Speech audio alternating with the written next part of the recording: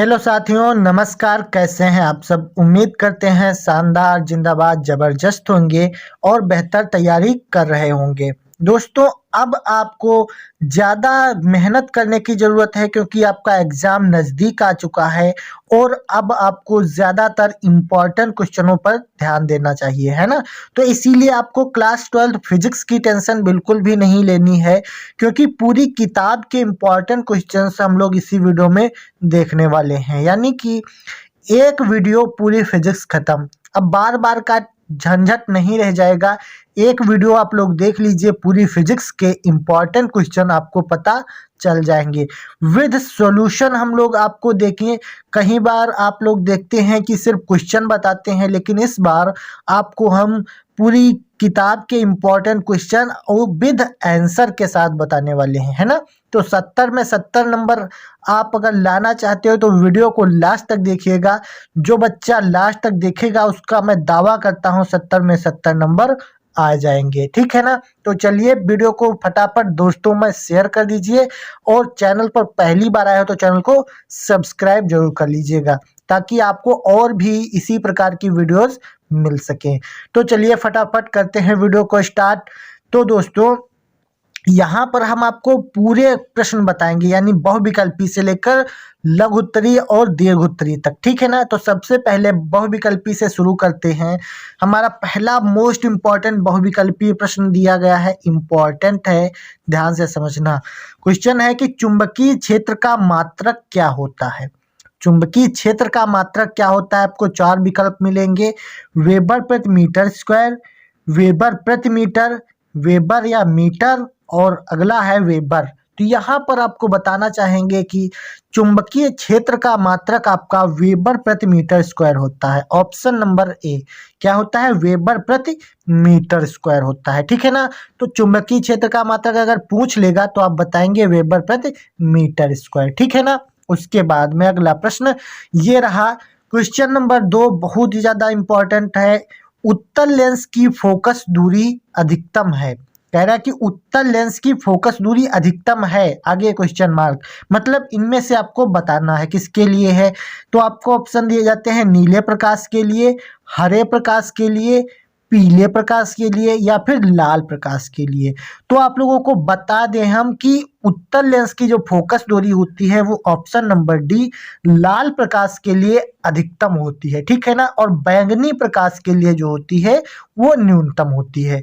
इतना सबको क्लियर है? कोई बात अगर ना समझ में आए तो आप लोग कमेंट करना, ठीक है ना? हम उसको रिप्लाई जरूर करेंगे।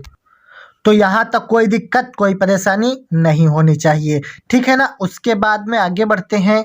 अगला प्रश्न बहुत ही ज़्यादा इम्पोर्टेंट है, नेत्र लेंस की प्रकृति होती है। दोस्तों, आपको नेत्र लेंस की प्रकृति बहुत ज़्यादा इम्पॉर्टेंट है, याद रखना है, ये कई बार पूछी जा चुकी है ना? तो वही क्वेश्चन हम आपको बताएंगे जो कम से कम 4 से 5 बार पूछे गए हैं, है ना भाई? तो चलिए, पहला प्रश्न है, अभिसारी लेंस या फिर अपसारी लेंस, या फिर दोनों अभिसारी हम सब अपसारी, और तीसरा है इनमें से कोई नहीं, ठीक है ना? तो अब आपको बता दें कि नेत्र लेंस की प्रकृति जो होती है वो अभिसारी होती है। कैसी होती है? अभिसारी, है ना? अपसारी क्या मतलब होता है? जो फैला देता है किरणों को, और अभिसारी का मतलब होता है जो एक पास लाता है ना? यानी कि दूर से जो प्रकाश किरणें आती हैं उनको एक पास एकत्रित करता है। कौन करता है? नेत्र लेंस करता है। तो यहाँ पर अभिसारी लेंस हो जाएगा, ऑप्शन नंबर ए, ठीक है ना? यहाँ तक कोई दिक्कत, कोई परेशानी नहीं है। उसके बाद में आगे बढ़ते हैं। तो अगला प्रश्न हमारा है, हाइड्रोजन परमाणु के मूल ऊर्जा स्तर में इलेक्ट्रॉन का कोणीय संवेग है। दोस्तों, ये क्वेश्चन आपका 2023 में आया है, 2022 में आया है। तो दोस्तों, ये बहुत ही ज़्यादा इंपॉर्टेंट क्वेश्चन है, ठीक है ना? तो हाइड्रोजन परमाणु के मूल ऊर्जा स्तर में इलेक्ट्रॉनों का कोणीय संवेग जो होता है वो NH/2π होता है। क्या होता है? NH/2π। यहाँ पर n नंबर ऑफ संख्या होती है, यानी कि इसकी जो वेग होता है वो ऊर्जा स्तर की संख्या यहाँ पर रखेंगे, n बराबर 1, n बराबर 2, n बराबर 3, इस प्रकार से, है ना? तो NH/2π आपका राइट आंसर हो जाएगा।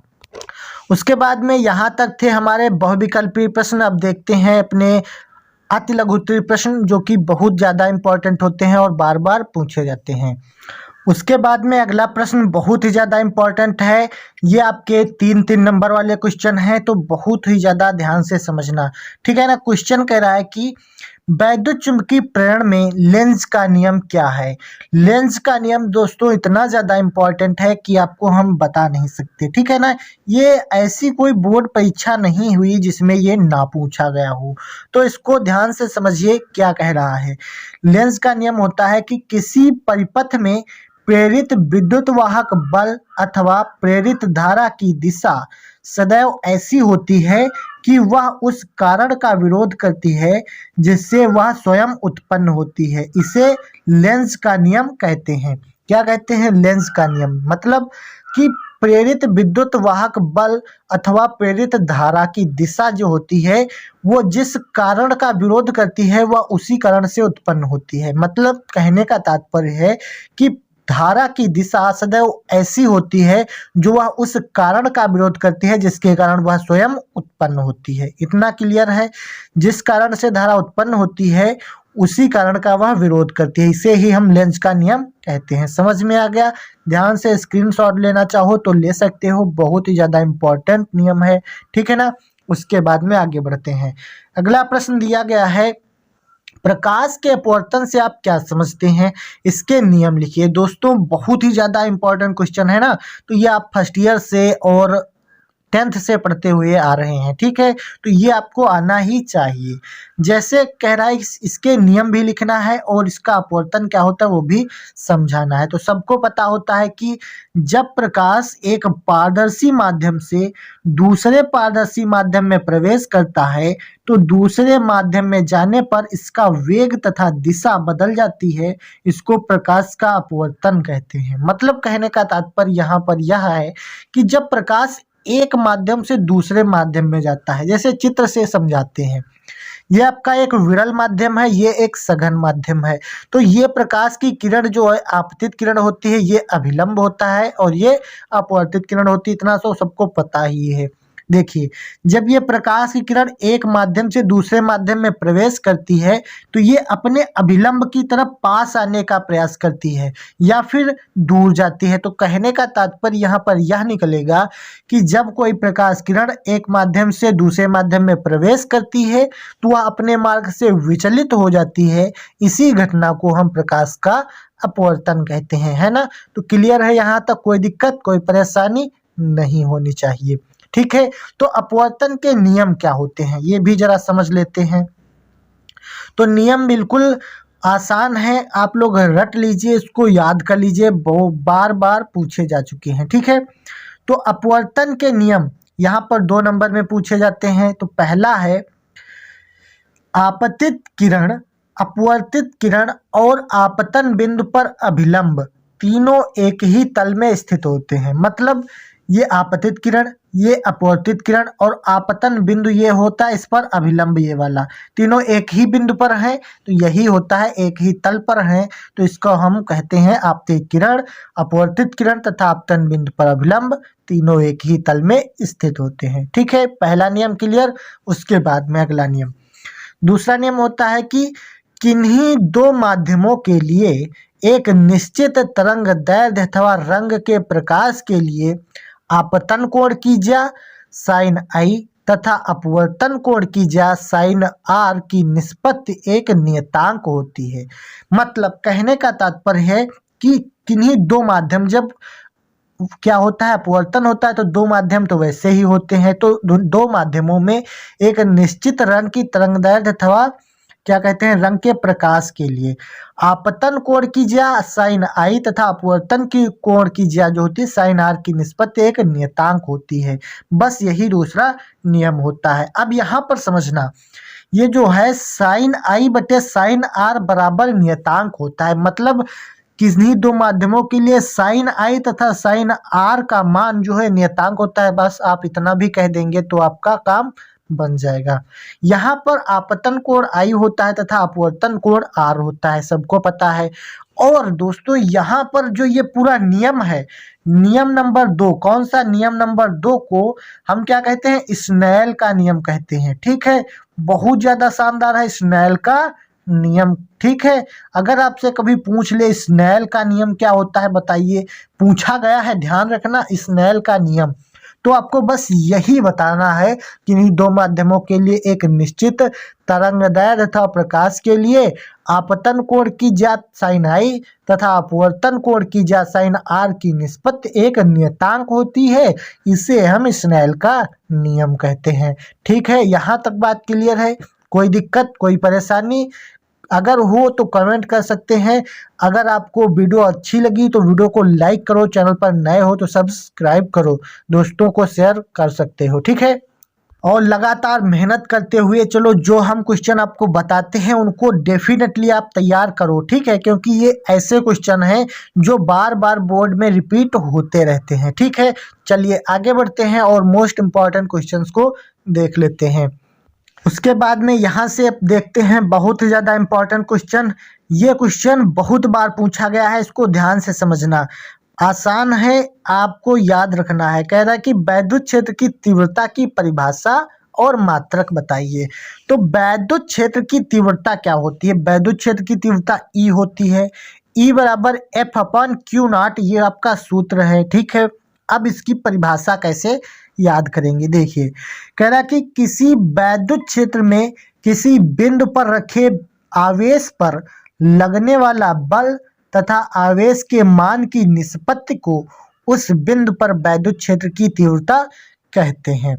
यानी कह रहा है E बराबर F/Q0 होता है, किसी बिंदु पर रखे आवेश, आवेश क्या होता है, Q होता है, यानी आवेश और बल के मान की निष्पत्ति हम आप इस प्रकार से बोल सकते हैं कि आवेश पर लगने वाला बल की निष्पत्ति या अनुपात को ही हम वैद्युत क्षेत्र की तीव्रता कहते हैं। यानी किसी बिंदु पर रखे आवेश पर लगने वाले बल के मान की निष्पत्ति या फिर अनुपात को ही हम वैद्युत क्षेत्र की तीव्रता कहते हैं। इतना क्लियर? कोई दिक्कत, कोई परेशानी नहीं है।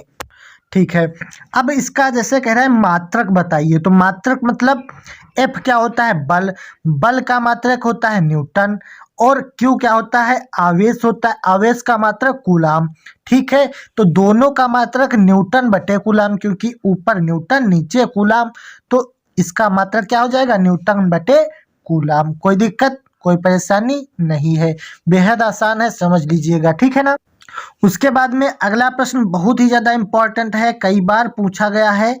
ठीक है, ये सारे क्वेश्चन वो हैं जो बार बार बोर्ड दोहराता रहता है। ठीक है, तो जैसे किसी सेल के आंतरिक प्रतिरोध से आप क्या समझते हैं? अभी तक आपने सिर्फ प्रतिरोध पढ़ा है, लेकिन आपसे बोर्ड में पूछता है आंतरिक प्रतिरोध, तो आप इसको समझिए। जैसे प्रतिरोध क्या होता है, किन्हीं दो धाराओं के बीच में लगने वाला अवरोध होता है, यानी एक धारा के मार्ग में जो अवरोध लग जाता है उसी को हम प्रतिरोध कहते हैं।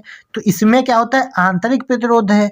तो ध्यान से समझिए, इसमें कह रहा है कि सेल की दो प्लेटों के बीच, सेल की दो प्लेटों के बीच यानी सेल के आंतरिक भाग में जो होता है उसके दोनों प्लेटों के बीच वैद्युत धारा के प्रवाह में धारा आयनों द्वारा उत्पन्न अवरोध को सेल का आंतरिक प्रतिरोध कहते हैं। मतलब कहने का तात्पर्य यह है कि दो प्लेटों के बीच धारा के प्रवाह में धारा आयनों द्वारा लगाए गए अवरोध को ही हम क्या कहते हैं, आंतरिक प्रतिरोध कहते हैं। कोई दिक्कत, कोई परेशानी, समझ में आ रहा है?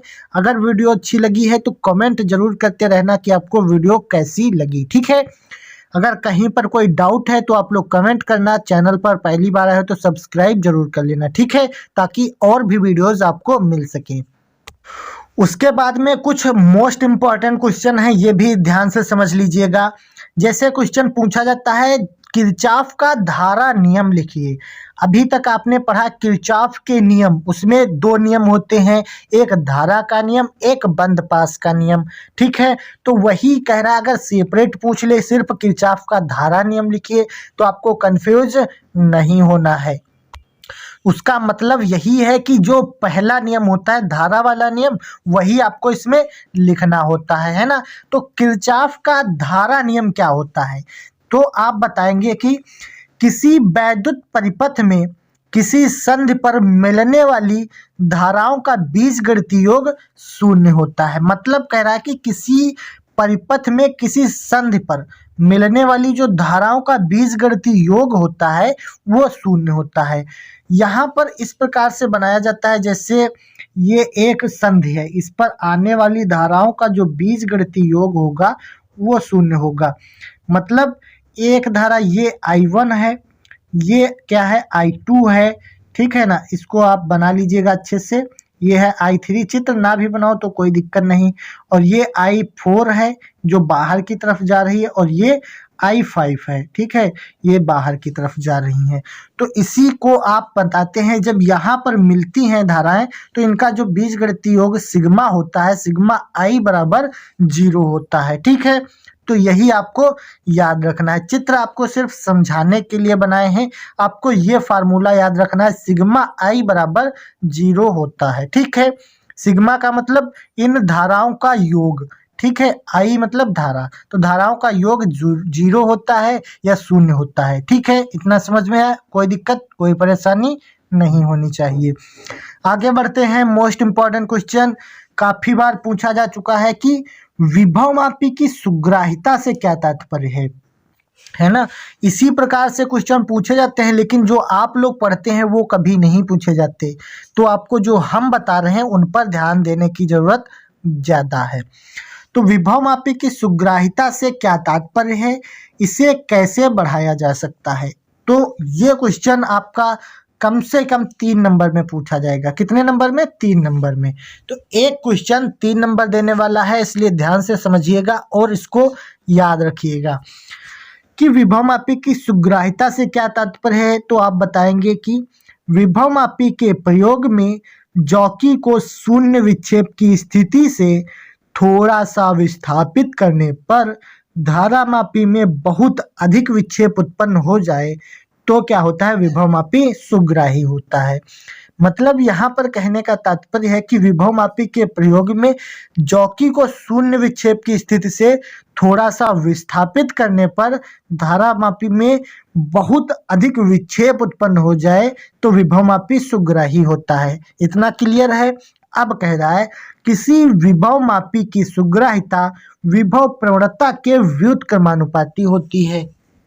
यही इसमें पूछ रहा है, इसे कैसे बढ़ाया जा सकता है।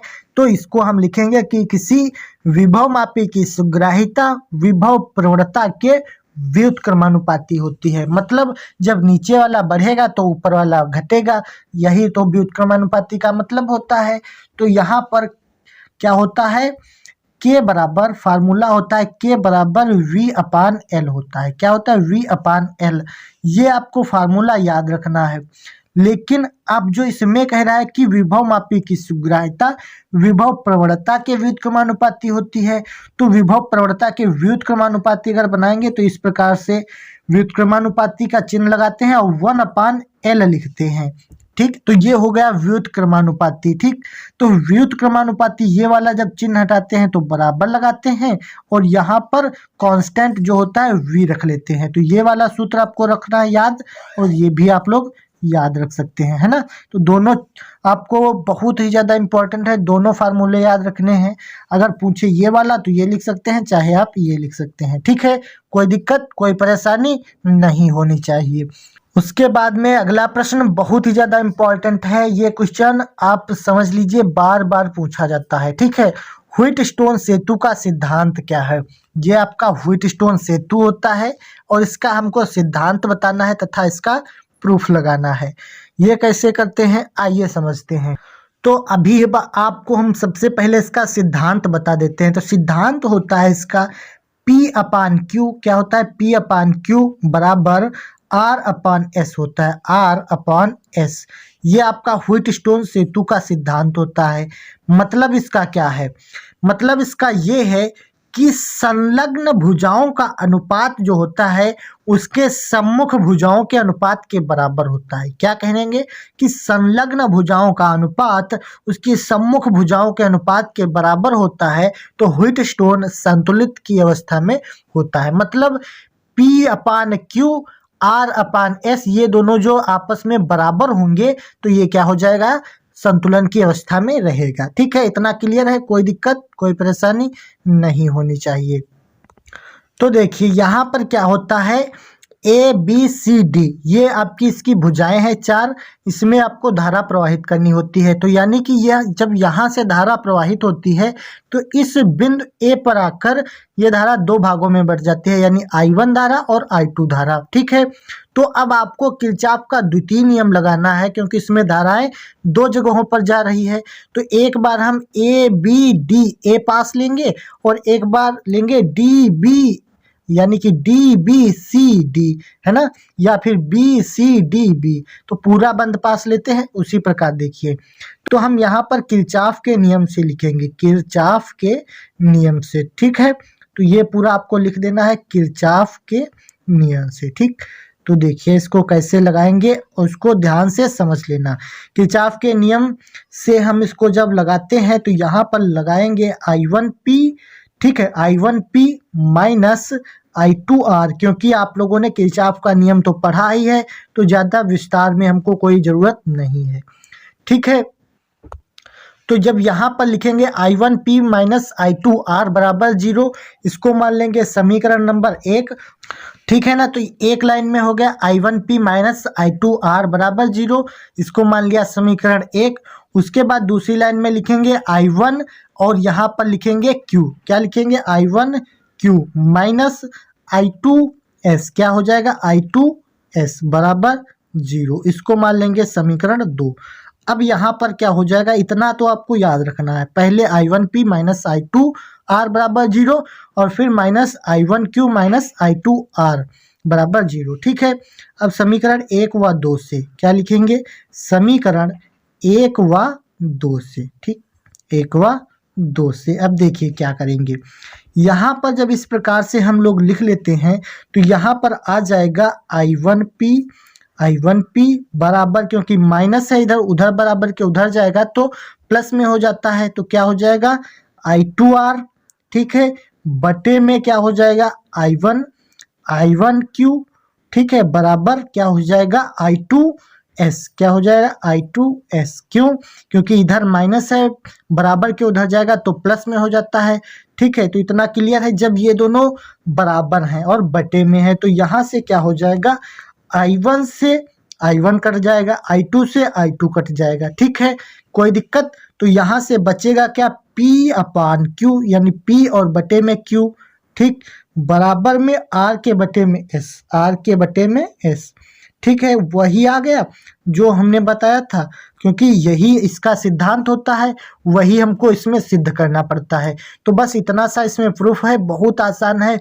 किरचॉफ के नियम से जब हम इसमें लगाते हैं तो ये वाला आपस में कट जाता है, P/Q R/S आ जाता है। मतलब इसका क्या होता है, संलग्न भुजाओं का अनुपात 2 संलग्न भुजाओं के अनुपात के बराबर होता है, तो सेतु संतुलन की अवस्था में होता है। इतना ही आपको इसमें लिखना होता है। ठीक है, और यही आपकी संतुलन की अवस्था है। अगर पूछ लेगा संतुलन की अवस्था लिखिए तो आपको P/Q R/S लिखना होता है। ठीक है, कोई दिक्कत कोई परेशानी नहीं होनी चाहिए।